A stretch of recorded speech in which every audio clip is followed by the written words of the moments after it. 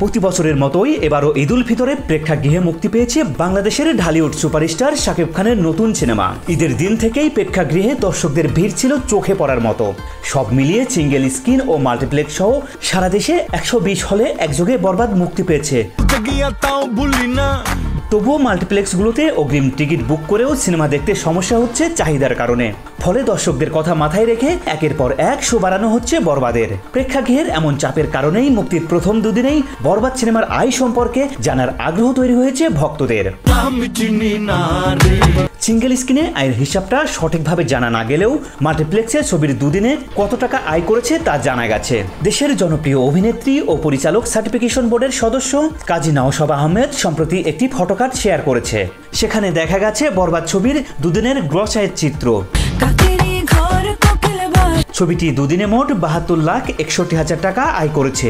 এতে প্রথম দিনে বরবাদের আয় ছিল 28,30,000 টাকা, আর দ্বিতীয় দিনে তা বেড়ে দাঁড়ায় 44,31,000-এ। এদিকে গত কয়েক বছর রোজার ঈদের সঙ্গে তুলনা করলে শাকিব খানের বরবাদ বেশ ভালো শুরু করেছে, কারণ গত বছর শাকিবের রাজকুমার মাত্র 12 লাখ টাকা ওপেনিং দিয়েছিল, যা বরবাদ থেকে এবারের ঈদে প্রথম দিনেই ছাড়িয়ে গেছে।